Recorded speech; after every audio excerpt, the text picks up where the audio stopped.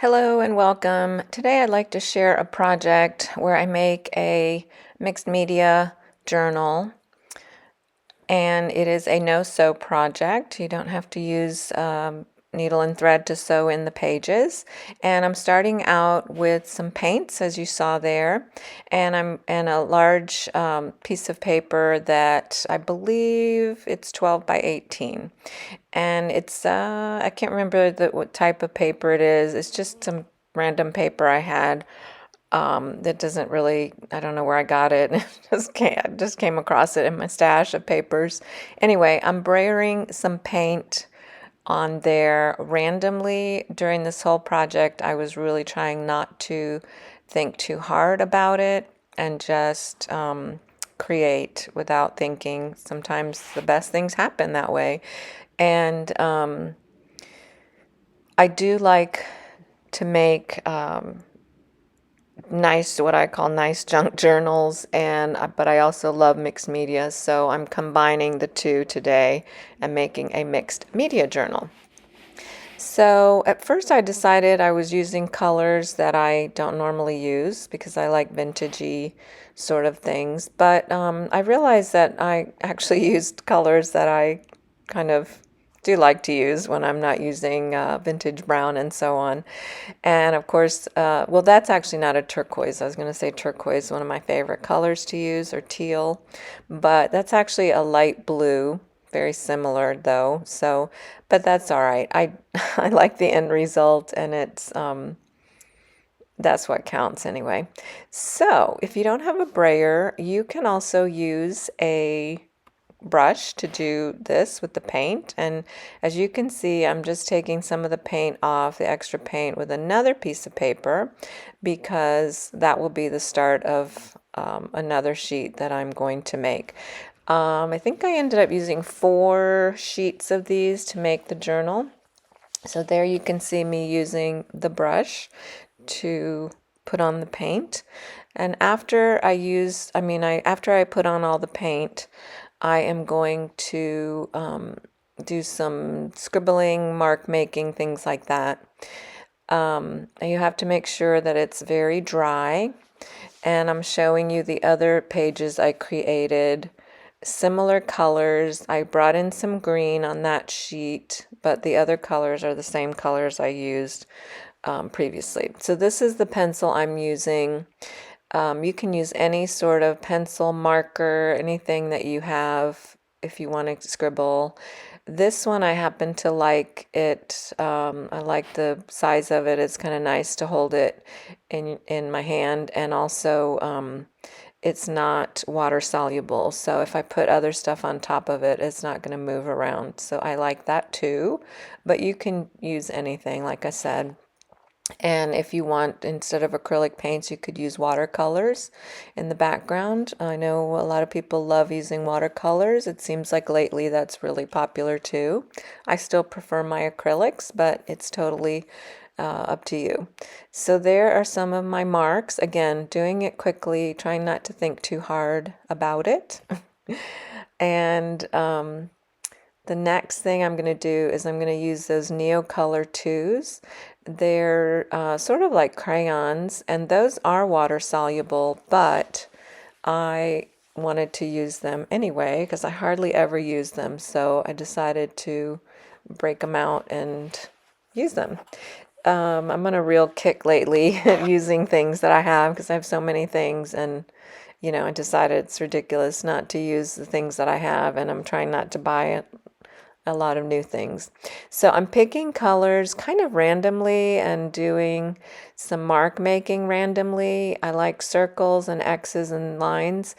I think I'm not that great at mark making, so I'm trying to do it though so that I, feel more comfortable with it and maybe get better at it, because that's really the only way you can get better at things, if you just do it and practice. But I'm a very impatient sort of person in all ways, so in all aspects, including art. So I can't really just like relax and make marks like some people do. So, but I'm trying, so you can see I'm moving pretty quickly there. Then I'm going to do some stenciling, and to kind of pull this together a little bit, I like to use the stencils in black or white, and so I'm going to do both on this project. And I just picked kind of some stencils at random. The first one I picked there has a lot of uh, open space so that I can put down a lot of white, and I kind of wanted that to put in. I kind of using those, filling in those spaces that are kind of open. And you can see that I'm not using the whole stencil, just part of it. When I finish with all of this, I'm going to cut these pages up so it will look, completely different, or not completely different, but it'll look different. So that's another reason why I'm not thinking too hard and just continuing on. Here are my pages. I did the same thing on the other pages with the mark making and the stenciling, but I used different stencils. So next I'm going to use black because I like to do that too, and I like letters and numbers, so I'm going to use those stencils that you see there. And I also happened to glimpse this one out of the corner of my eye with my stencils and my stash of stencils. And I thought, oh, that'll be a nice stencil to use also in this. And I'm not going to put the @ symbol in there, just the circular part. And again, maybe not using the entire stencil. Another thing is going off the page a little bit. I like to do that too. So that actually turns out, I think, to be one of my favorite pages and stencils that I used in this project. So I'm going to do the same thing with the other pages, but using different stencils on each page. And you'll see that I'm kind of, again, trying to just be random and not think too hard, but just fill in spaces where I think it needs some of that color, or some of that black color. I think black makes a nice contrast with these on these pages. So there I'm using the letters, duh. And again, just trying to move along quickly, not overthink things, because when I cut the pages, I don't know what they're going to look like. So there's no reason in my mind to put, too much thought into it, except just turn the stencil in various directions so that it makes it, I think, more interesting. And I'm going to continue this process, excuse me, with all of the pages.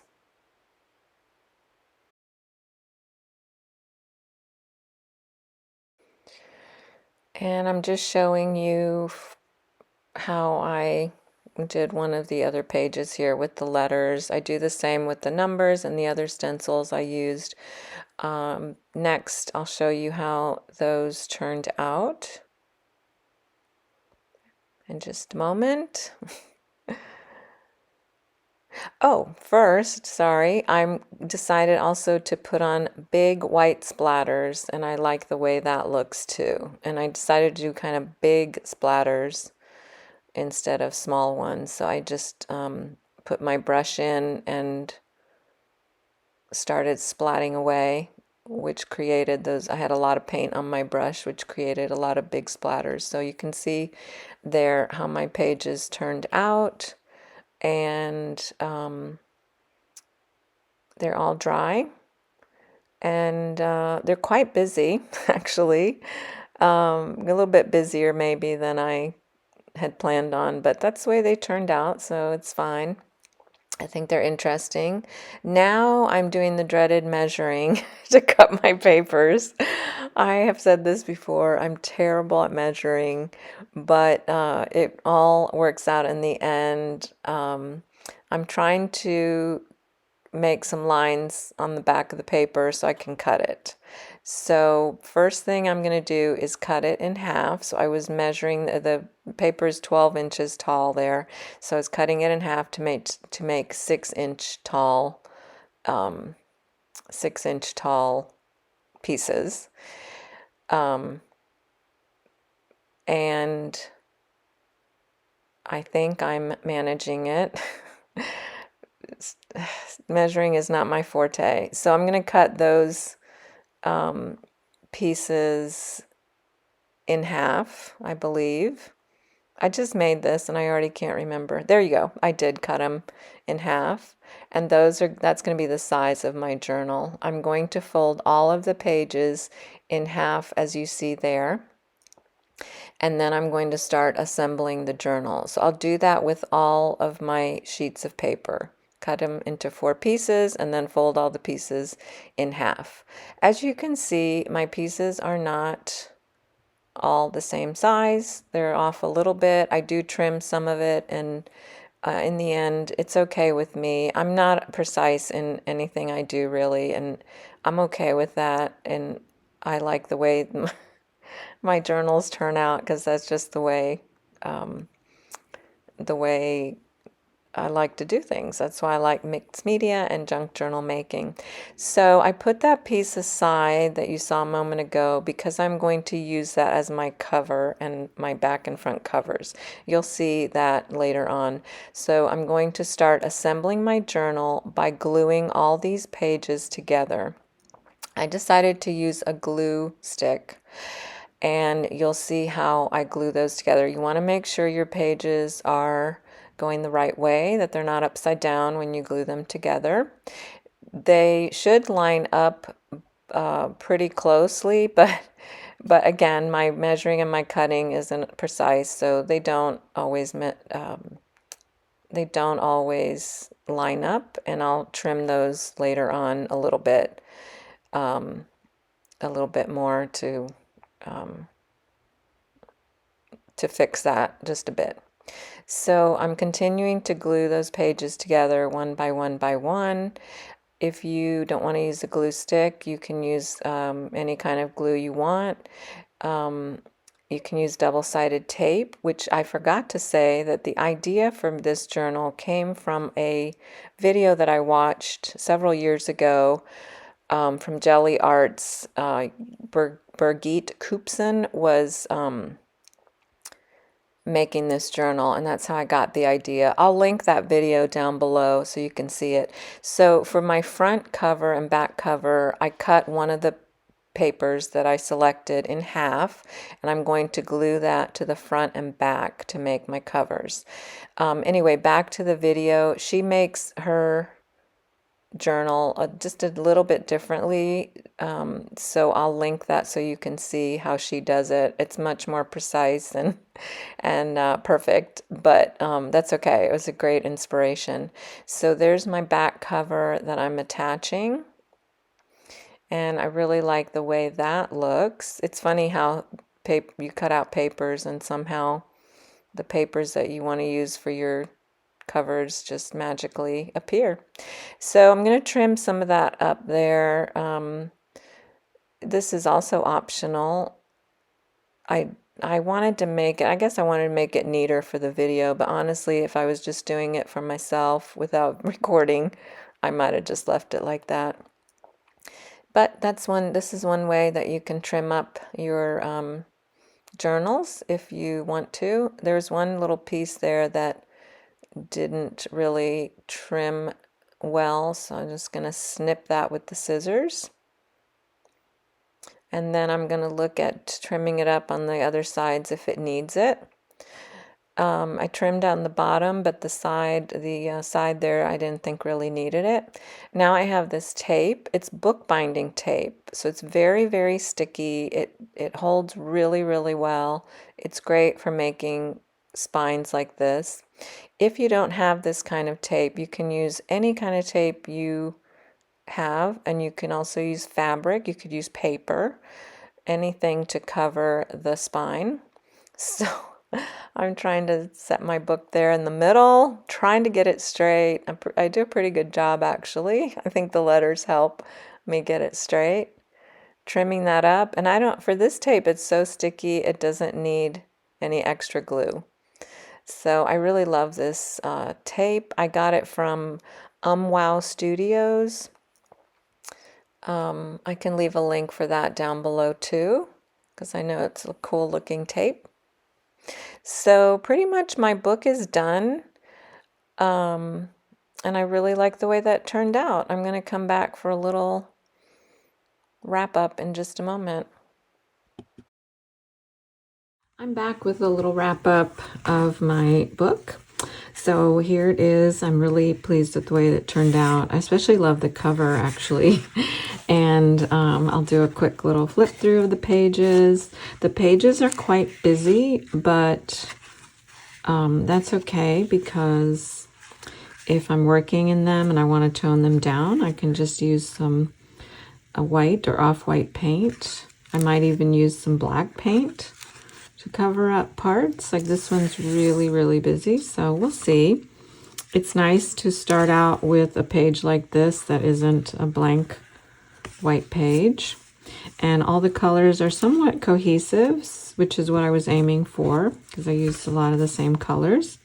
So that's my little booklet. And then I also wanted to show you the booklet that I made a while ago that was following the video, the YouTube video. I'll get it out. I will link in the description box. This one, I followed it just more precisely. I didn't have this kind of tape, so I used some fabric. I sewed the fabric first, and then I just glued it onto here. You can see it's kind of gotten a little misshapen, but I can straighten it out and put it under some heavy books to straighten that out, because I haven't done anything inside of this booklet, but I'll show you this one.